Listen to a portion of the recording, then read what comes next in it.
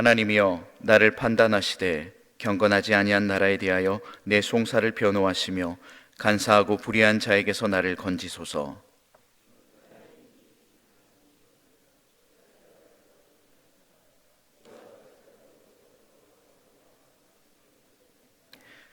주의 빛과 주의 진리를 보내시어 나를 인도하시고 주의 거룩한 산과 주께서 계시는 곳에 이르게 하소서.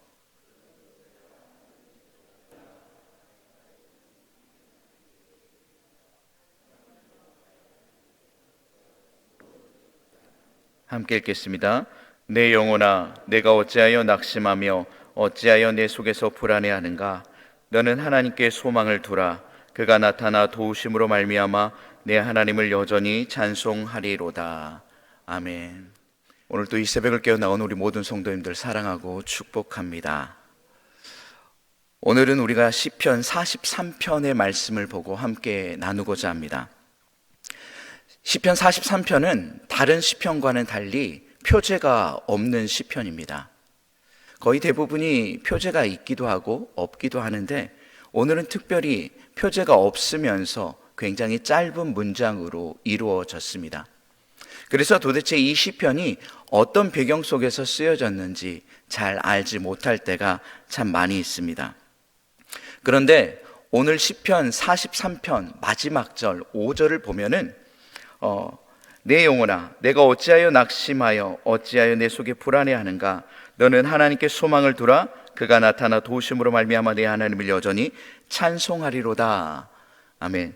이 말씀이 시편 42편에 있는 5절과 11절, 즉 앞에 있는 시편과 연계되어서 반복되고 있음을 볼 수 있습니다.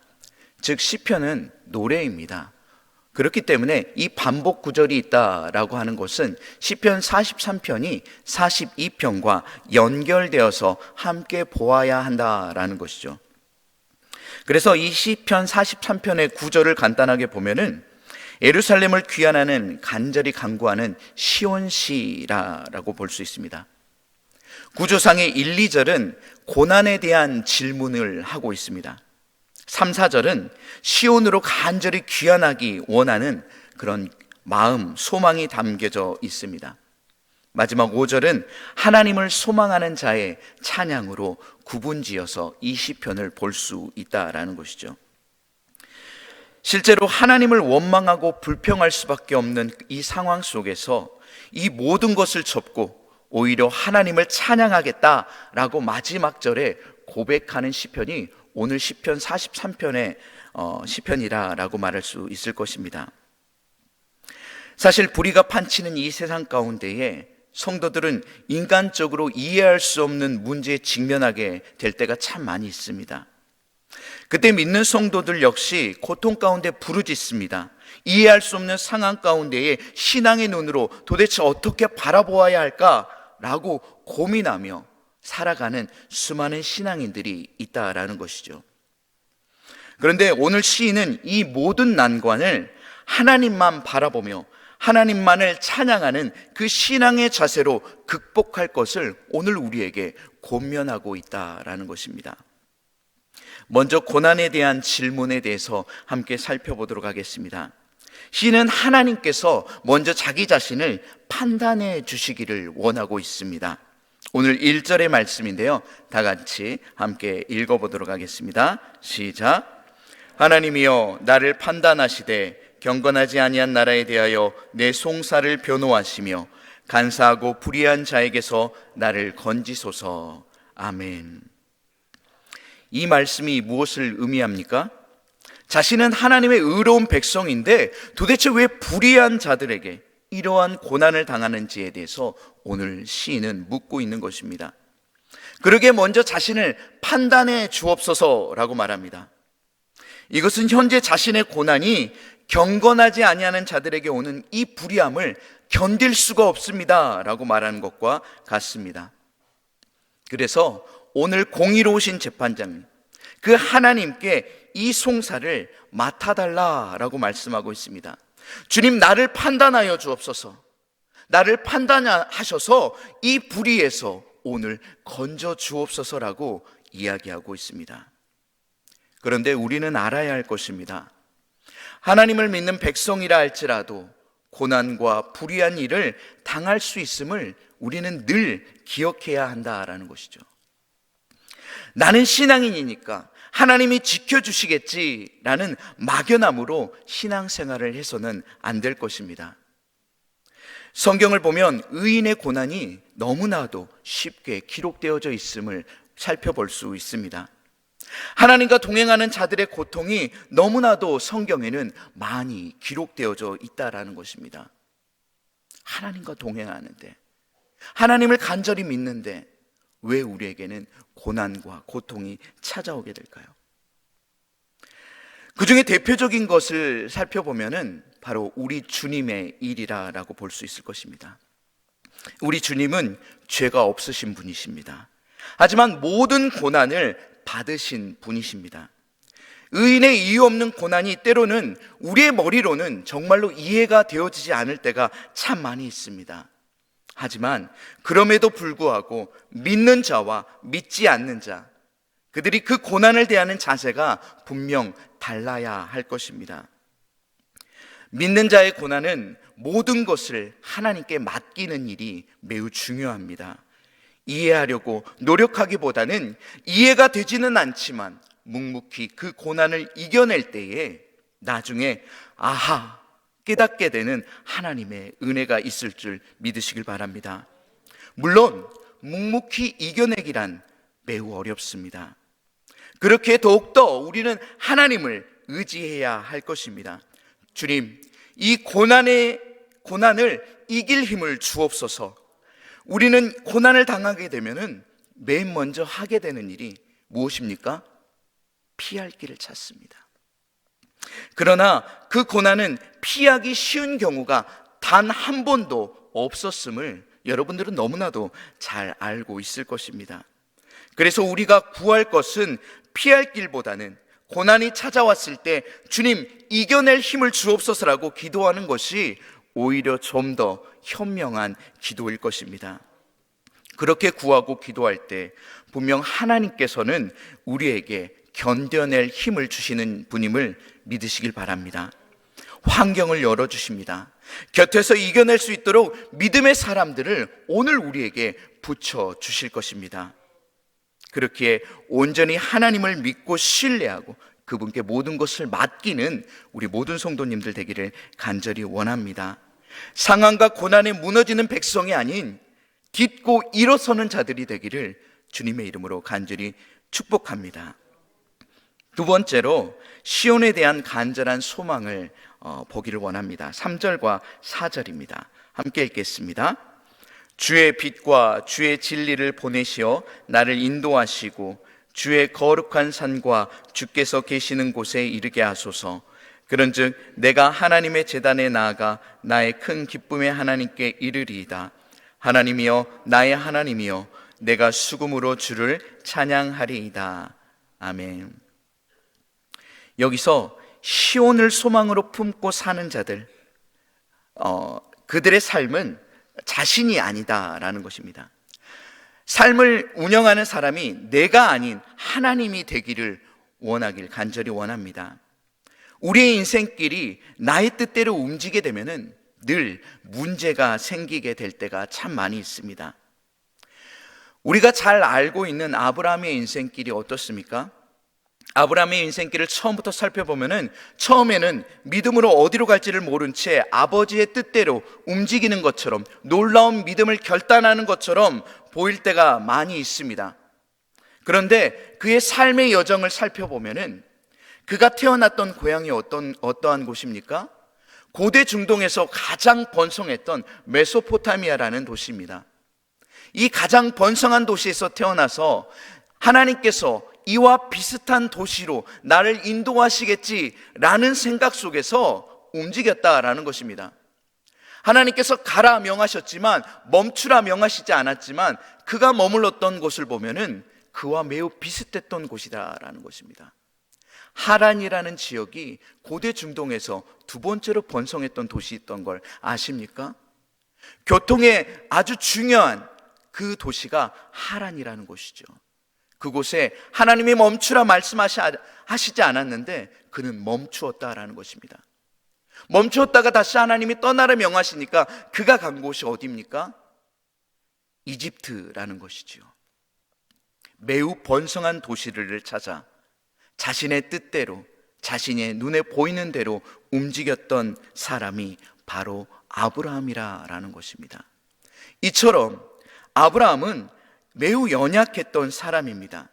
하나님께서 명령하셨고 그 명령에 순종하여 떠났지만 여전히 자신의 길을 자신의 스스로 결정하며 나아갔다라는 것이죠.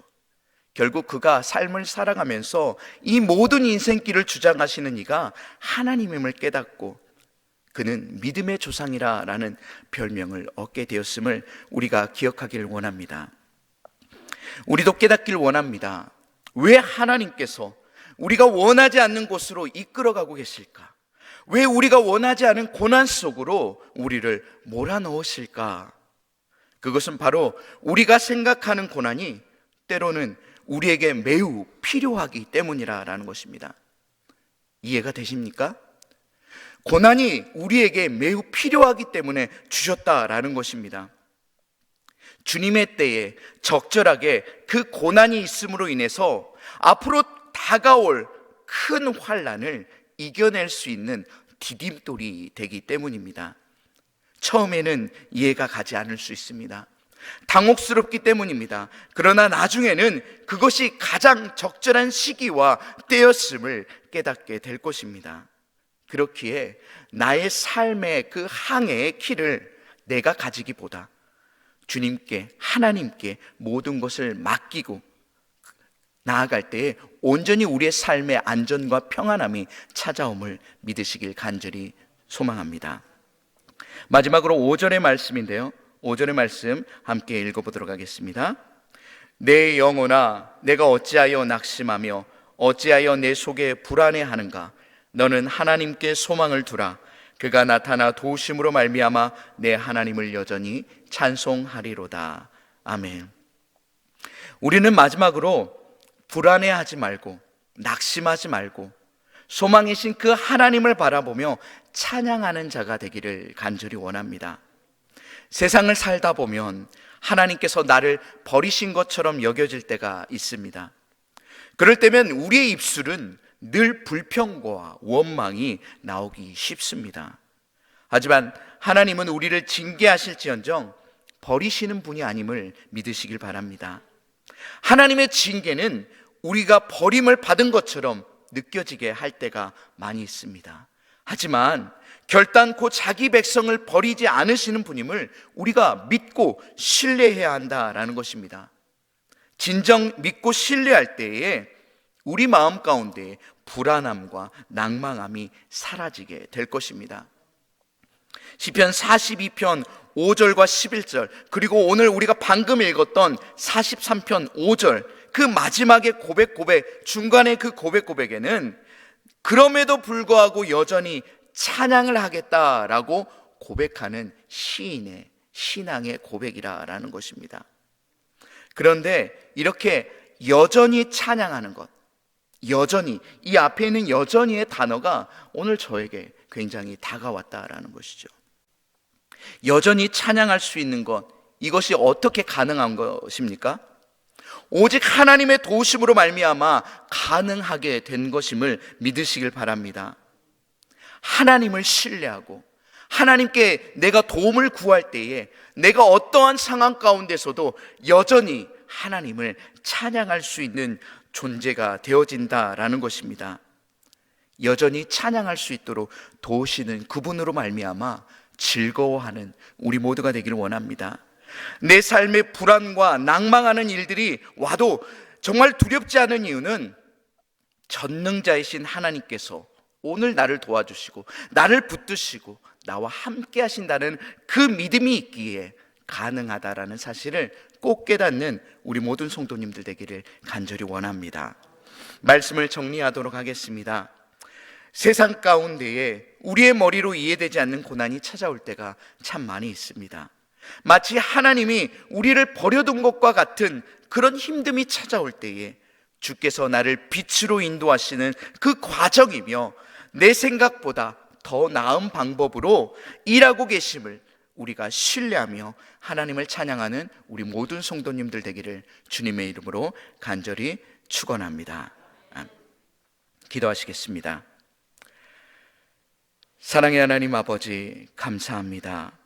오늘 또 이 새벽을 깨워 주의 성전에 나오게 하시고 주의 말씀을 통하여 환난 중에 주님의 부재를 느끼기보다 환난 중에 주님의 살아계심을 더욱 믿고 신뢰하는 믿음을 오늘 허락하여 주옵소서.